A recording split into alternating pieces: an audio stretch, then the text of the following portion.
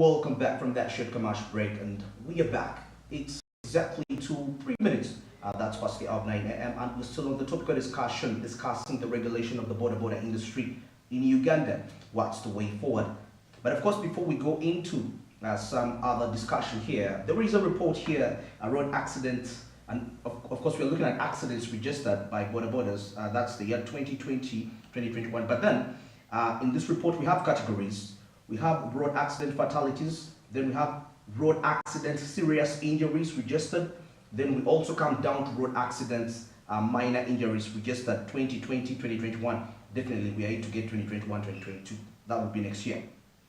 All right, now looking at road accident fatalities registered 2020, 2021, we see that motorcyclists saw the highest number of fatalities at 34% with 1,390 registered, and of course this was an increase by 21% from 2020.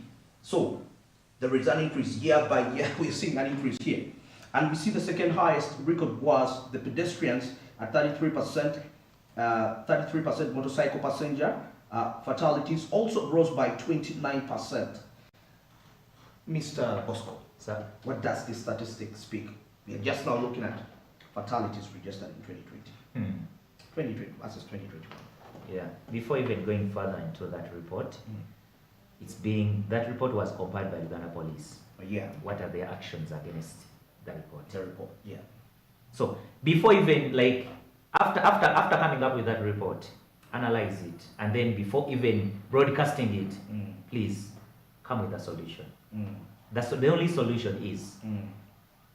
For me at Safe Boda, or for us at Safe Boda, during our trainings, we are very 100% sure that 80% of the road accidents that happen every year are being caused by human errors. So a human error doesn't being if you accompany a human error with wearing a reflector, doesn't make sense at all. Okay. You understand? So human errors being the leading with the highest percentage of road accidents, what we need to do is to train bodas. But in which way? We got a chance of being trained as safe bodas, like as leaders at Safe Boda, by GRSP, Global Road Safety Partnerships. Those people are good at road safety trainings. I think this is the same thing. This is the same initiative that would have been taken by the government or Uganda Police. Have their trainers, have their people get trained, then come back on ground and train bodas effectively, not just passing by. You see, we have a boda meeting at Kira Road. We have a traffic officer who will be there for about 45 minutes. That's not effective training. Okay. We went for these trainings in South Africa for about, imagine, a non-government organization. We are here crying for road safety. We invested. We took our team to South Africa, Durban, for training. I was among the team members. I was among the people who went there. Yeah. We did the training. We came back, and what we had to do is again to train our fellow bodas. But because we don't have support, okay, fine. If you don't give us your support, like the financial support, give us a hand, like in implementing this. Publicizing. Exactly. Encouraging the public. You understand? Of recent, I reached out to some of the big people in police, requesting them that, can we put up something of community policing? In community policing, what I was advocating for is having we put up a training for about a week. Let me say at Kawempe ground, Kira ground, an effective training. And here in this manner, we wanted to do a training of which we had again to do the follow-ups, even after trainings. Yeah. For us at Safe Boda, after training, we realized that after 6 months, someone might have forgotten maybe what he was told. What they told. They come back for retrainings. Okay. And for sure, as I said, I'm the senior operations manager, but basically I deal with trainings, driver onboarding and recruitment. And again training is under recruitment and onboarding. All right. So basically what I'm talking about is we need to train bodas. Even before broadcasting those reports, we just need to first come up with a solution. There's an issue, it's a it's a human error. Then if there's a human error, how do we overcome that issue? It's about training them, making them understand what the issue is. not Okay. just put on a reflector. Reflector doesn't, I mean, they can't match with human errors. Yes, I know they are hopeful because in riding, we are told to have all full gears on. Yeah. But yes, even if you have all the full gears on, without the knowledge of using the road, you're nothing on the road. So can I say this is just like digging the surface, but the root is human error? The root is human error. And now I put it again to the government. The root is the government error. So nothing has been done against this report? Nothing has been against that report. Okay. Also, as we go through that report, See, still road injuries, road accidents, serious injuries registered. Serious injuries. serious injuries. We see motorcyclists saw the highest number of serious injuries at 35% with 4,377 registered. And now when I look at this further, this was an increase by 52% compared to 2020. And I mean, Imagine, 52% is crazy. imagine Yeah. you are the analysis of this thing. Every year you do reports, you make reports, Yes. you present them. I don't know. To those people you present, let me say you present this report to the parliament. Do they ask questions? Because there we have to look at the VNS's very next steps. Okay. You understand? After having this report in place, what are the very next steps? Afande Nwabwine Lawrence is the big man in traffic. What are the next steps?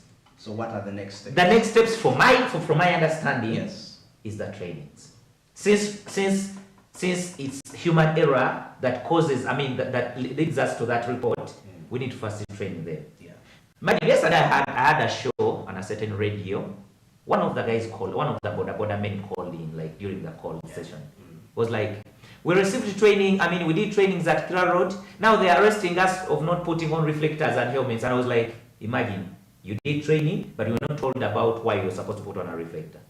You are not taught about why you are supposed to, as a border rider, you are not taught why you're supposed to be, I mean, you must have a helmet on. So imagine, that's what, it takes me back to what we talked about in our first meeting. First part, That the trainings they received, they weren't effective. Inappropriate. They were inappropriate. So this time around, if they are looking at like reducing that, I mean those numbers, first reach out to people who have done it before. Okay. Not like he's an expert. Yes, he's an expert in road safety. He was trained about road safety, but on ground he has Zero expertise. Okay. Come to us, please. We are here to render you our service. I mean, we are here to give you our services, because whatever we are doing is to make sure that at least we have our people alive. Alive. Yes. All right. Maybe just the last part of this report. It's a bit long, but we shall end here. Yeah. Saying now we are looking at road accident, minor injuries registered. Looking at this report, you see that motorcyclists saw the highest number still of minor injuries at 22.2%. With, of course, these the victims were just 279 registered. But still, this was an increase by 17% from 2020. So literally, in all aspects of this report, we are seeing increases.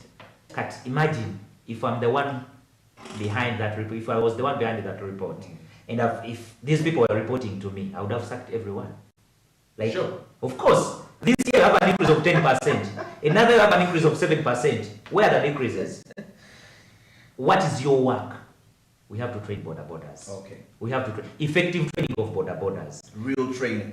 We have 5 divisions of Kampala. Every division has a KCCA member. I mean, they have KCCA members from LCU. I mean, from division KCCAs and those who report to the road mayor.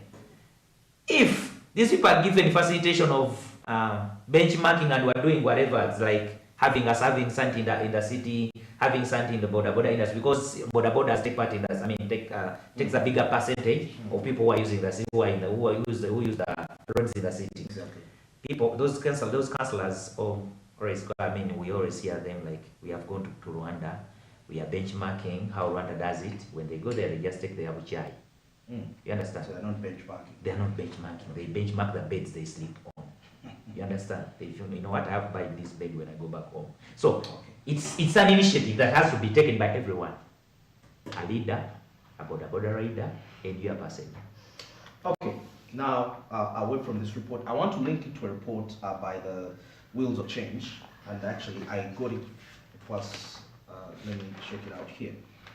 Of course, here it says, and the Daily Monitor heading today morning was saying borders a death trap, and it says that a new report that's on motorcycle transport in Sub-Saharan Africa has warned that the boom in the number of motorcycles is a risk to the lives of the citizens. And of course, looking still further, the researchers have asked the government, of course, to take urgent measures to deliver on safety, sustainability, and climate. Of course, this is what we've been talking about, training. And of course, we see the report titled "The Wheels of Change: Safe and Sustainable Motorcycles." That's in Sub-Saharan Africa, compiled by 3 organizations. That's AMEN, the FIA Foundation, and the Federation of International de Motorcyclism. Indicates that motorcyclists account for more. It says more than half all road accidents, as high as 70%. That is in many sub-Saharan countries. So now this is cutting across not just in Uganda, but we are looking at the sub-Saharan region as a whole. As of October, sub-Saharan Africa had about 27 million that's registered motorcycles, up from 5 million in 2010, according to the report. And of course, the research findings further reveal the motorcycles have become significant sources of informal employment. Okay, anyway, the bigger picture here is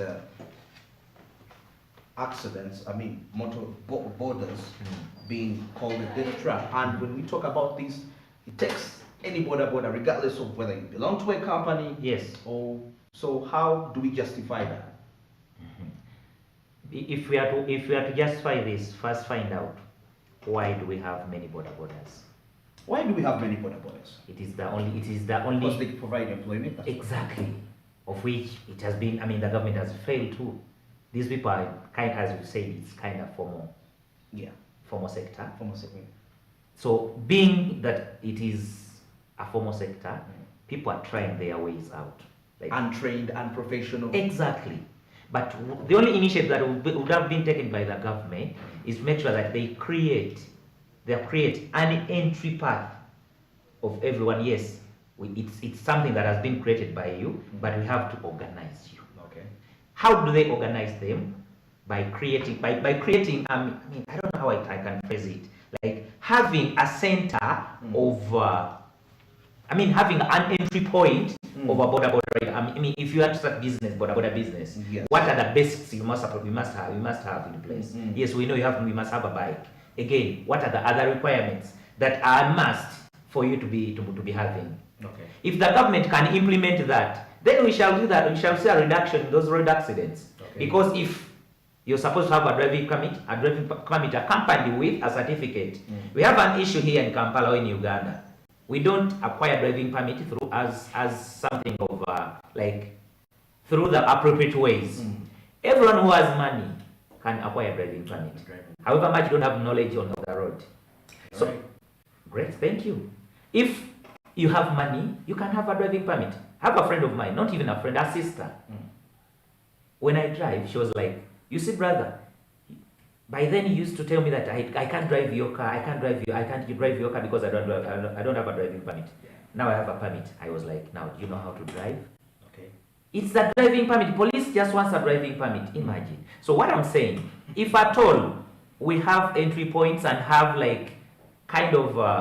certificates issued by trainers to trainees, that you know what? For you to be able to hit the road, you must have a certificate from a certified training center for border. And also, the association or the company will endorse you. Okay. You get? Yeah. So that certificate must have a sign of, a signature of the representative from the association, of which if at all we see, let me say, those fraternities that are happening at the moment, we can say, hey, according to this report that we are to the report of 2020-2022 or 2020-2021, it is safe border that has registered the highest number of accidents. Then it's not the border man to be questioned. It's the company. It's the company to be questioned. Okay. Because you endorsed. Okay. You understand? Then again, we go back to the trainers. What did you train? Okay. Can we do some retrainings for borders? So it should be a routine. Let me say, if at all we are to implement this, we can say that every after 6 months, we go back for refreshers. We go back for refresher trainings. So that we can be sure that the products we have on the road are roadworthy. They are roadworthy. You understand? Okay. Yes. Then I think as we wind up here, let's talk about the plan to reduce the borders in the city to 5,000. To 5,000? Yeah. Do you know who is dreaming? Amongst, I mean, between me and you, there's one who is dreaming. Who's dreaming? You is talking about 5,000 borders in Kampala. Yeah. I have 227,000 borders as a safe border. Only, but when you go on the road, you see over 100 borders, these normal borders, and then you see a safe border. So what does it mean? If you're talking about reducing them to 5,000, it is impossible. Where are you taking the others? The outskirts. Outskirts. Then what about those ones who are there? Border. I mean, these numbers. No, this is the capital city. It's a priority. However much. I told you about Jakarta. Jakarta has 1,000. Actually, Gojek. Yeah. Gojek has 100,000 border riders. Gojek in Jakarta, 100,000. Google it. So they are in the city. Gojek having that number, there is Grab, I don't know, but they also have numbers. And again, Uber. They are all operating in Jakarta. Jakarta is a Vopti city. 100 times that Kampala. They are there operating. It's all about creating sanity in these borders. There's no way how we can reduce them. Unless you have many carriers. Unless you no longer stay in Kampala. Immediately when you come for work, you land at Entebbe, you get people who will escort you to your working place. Then again in the morning, the evening, you go back to Entebbe, you sleep somewhere else. Because when you say that the reduction of borders will create some sanity, yes, you could create sanity in the city, but you also create another issue. And the outskirts. Robert. Broad day actually. Broad day. You will not be able to enjoy your money. So have you done something about this government decision, 5,000 to 7,000? Or it's just something which won't work out? Okay, they're saying it won't work out, but there should be steps that should be taken to counteract such, to say that, okay, this is impossible, but what is being done to make it impossible? To make it impossible possible? Impossible to regulate them to 5,000. It is impossible to regulate them to 5,000, but it is very possible to have the same numbers well regulated. Well regulated. Exactly. Okay. Interesting. Recently, there has been actually, can I say, arrests, massive arrests. I think last week I was on ground, I got in touch with some of them, and they don't know why they're being arrested. Permits, they have everything that they need to, that they need, everything that they are requesting, but they are being arrested. Yeah, sure. Yeah, that was right. It was right. It was right. Yes, I can testify also. Okay, yeah. Very good. I want to understand what sparked of this, and because you have the appropriate training as a company, and some who were arrested were from still there. Exactly. The company. And actually from here, I'm going to give So what's going on? Now, the spark came out of as a result of the video, the road traffic video that was published. It went viral. It went viral. Yeah. Yes, I agree. But immediately after them publishing that video, they also came out and were like, starting Monday, that was a fun and Pima. Starting Monday, every border rider must have a reflector jacket. Every border must have a helmet on. Yes, of course, it's good. That is, it is okay. But from that very video, I don't know whether our producer has that video. None of those accidents happened as a result of not putting of a border not putting on a reflector jacket. It comes back to human error. Human error. So I think, from my understanding and from my advocacy, I'm appealing to Uganda Police before even going into implementations, before even going into those arrests. First, come back on ground, go back on ground, train these borders, rectify the issue of human error. Then after, you'll come back and do the MDO border poundings, because you'll be enforcing something that they already instilled into an individual. Okay. We taught you this, you are doing the opposite. Okay. We are arresting you. Now, the video, they are now controversial. The video is controversial with what is going on ground. Okay. They told us that they are going to arrest every border who doesn't have a reflector, who doesn't have a helmet. The best source of a safe border to be on the road, you must have a helmet. Actually, you must have 2 helmets. Okay. For the passenger, you must have a reflector jacket. They have them. Go to Ginger Road. Go to CPS. They are arrested. Okay. in this case, after like a week or 2 weeks, there was a tweet from one of the big people here in Kampala. I'll not mention him, but It's okay. it was like, our target is to impound, is to arrest 45,000 borders. So if you have an interest of just arresting 45,000 borders, then after that, what is the next step? After arresting the 45,000, what is the next step? So from my analysis, I realized that this wasn't a road safety campaign; it was a money collection campaign from borders. For example, Funding told us that every border rider who will be arrested will be given a receipt of 50,000 shillings. It's my appeal to you people. By Saturday, this Saturday, we received. They told us that they had so far arrested 4,000 border borders. So I think around there. Out of those people that were arrested, everyone paying 50,000 shillings. How much is that? That's about 610. From those people, they have a target of 450. Is it 450? I don't know. I don't know whether 450,000. A target of 450,000. 45,000. 45,000. So if you are to do a simple calculation of 45,000, I mean 50,000 times 45,000. 60 million.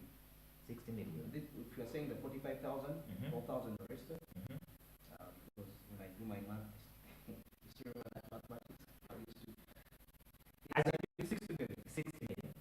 60. So now I'm kind of a person who is now like saying, yes, after arresting these people, we shall have the border. How?